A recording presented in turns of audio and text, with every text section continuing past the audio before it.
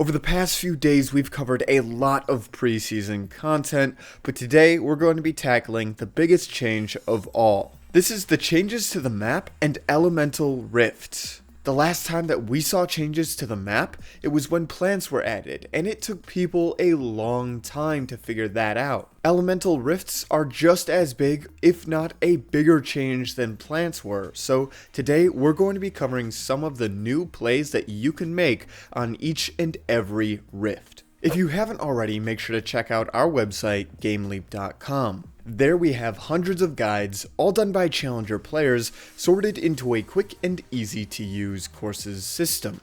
We have courses both on the 5 fundamental roles as well as champion specific courses, so if that is something that interests you, then make sure to check it out using the link in the description below. Now this preseason does have a ton of changes to the map, especially with all of the different elemental rifts, but first we're going to go over the alcove changes and the new brush that was added by blue buff. This new brush is placed perfectly for invades on the blue buff and defending from invades. When objectives start to be contested like dragons and barons, you can sit in this brush, wait for the enemy support to ward, and pick them. Now I'm sure that there are a bunch of other minor uses for this brush, but those are the big ones. Next up we have alcoves, and a lot of people have been complaining about the alcoves, saying they are a needless change that don't do anything.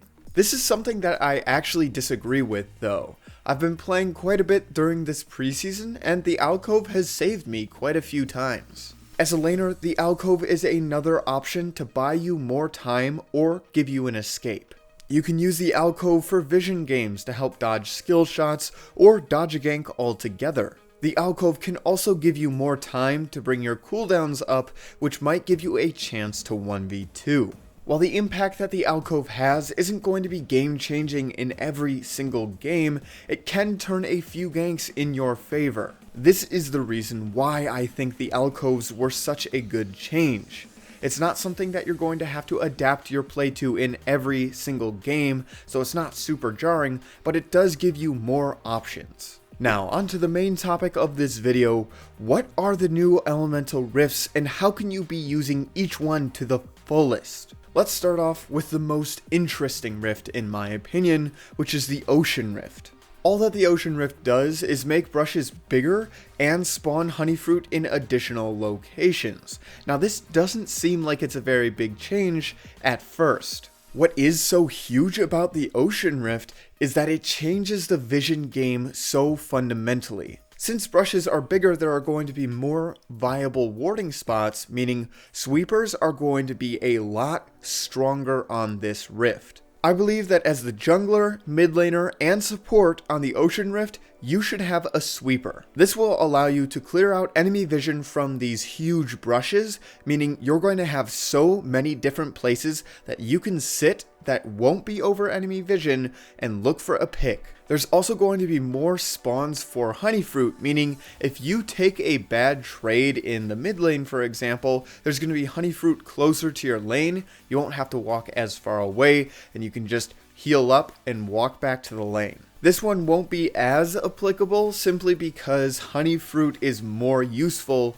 early on in the laning phase, and this rift won't be occurring until later in the laning phase. Now next up is the second most interesting rift in my opinion, which is the Cloud Rift. The Cloud Rift is something that is going to be a little bit harder to abuse because you're going to have to make sure that you're pathing optimally in order to use it well. Basically what the Cloud Rift does is it opens up more opportunities for roams and ganks, especially from the mid laner and the jungler. Now you might be thinking, but Panther, these wind tunnels are only around buffs and the dragon, so how do they make roams so much more potent? This is where taking proper pathing comes into play.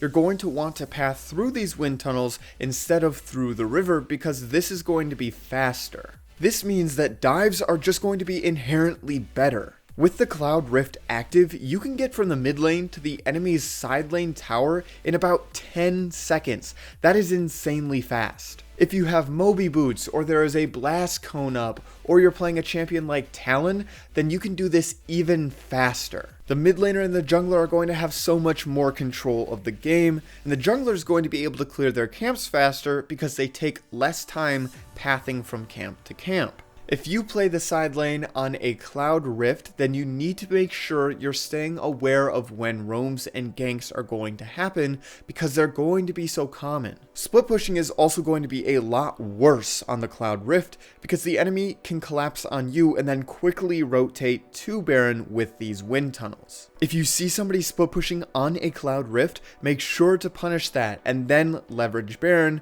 with your 5v4 advantage. Rushing Baron is no longer going to be a really good response to picking the side laner because Mountain Drakes were changed. You don't get true damage to Baron anymore. Now there's definitely a whole lot more that the Cloud Rift is going to affect as far as rotations and macro play, but these are the things that you should be focusing on because they apply to the vast majority of people. Next up, we have the Mountain Rift and the Infernal Rift, and both of these change the way that you fight. Let's talk about Mountain first because this one is a little bit more simple than the other one. With the Mountain Rift, more terrain spawns, and this is going to do a few different things. The first way that you can use terrain is to inhibit the enemy's sight. You can block the enemy's line of sight with this new terrain, using it for a few different things. This can help you escape a sticky situation or dodge skill shots, but the best way to use it is to pick enemies. By standing on the opposite side of the terrain that you know the enemies are on, you can easily pick somebody who's going to ward.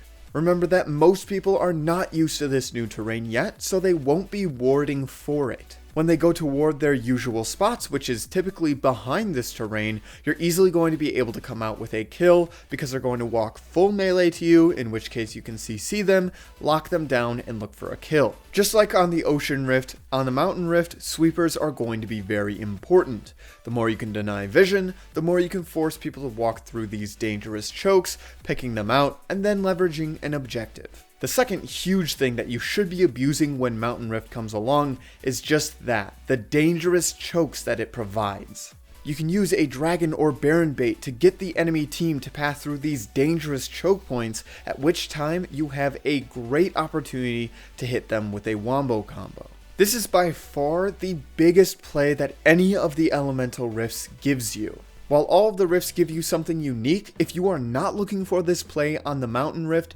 then you are definitely missing out. Last up, we have the Infernal Rift, which does the exact opposite that the Mountain Rift does. Instead of creating new terrain, it's going to burn down terrain and brushes around each of the buffs. So how are we going to use this lack of terrain to our advantage? First of all, for the jungler, it's going to open up more efficient ganking routes. Each jungler is going to have a lot more access mid lane, so they should be looking to gank mid whenever they have an opportunity if they're on an Infernal Rift. Remember that this is a two-way street though, so if the jungler has more access to mid lane is also going to have more access to the jungle, meaning they can invade buffs a lot easier. This also applies to both top lane and bot lane.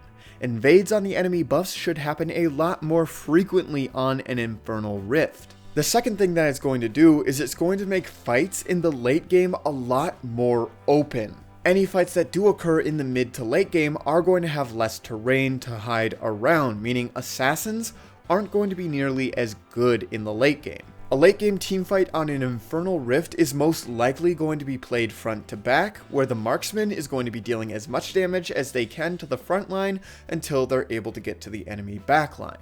This means that on an Infernal Rift, it is very important for everyone in a teamfight to position properly. Tank in front, mage and marksman in the back, and support somewhere in between. Since it's a much more open rift, you're going to be able to keep your spacing a lot easier, you won't get caught up in AoE wombo comps, and on top of that, your marksman is going to be able to deal as much damage as possible because they won't be threatened by an assassin nearly as much.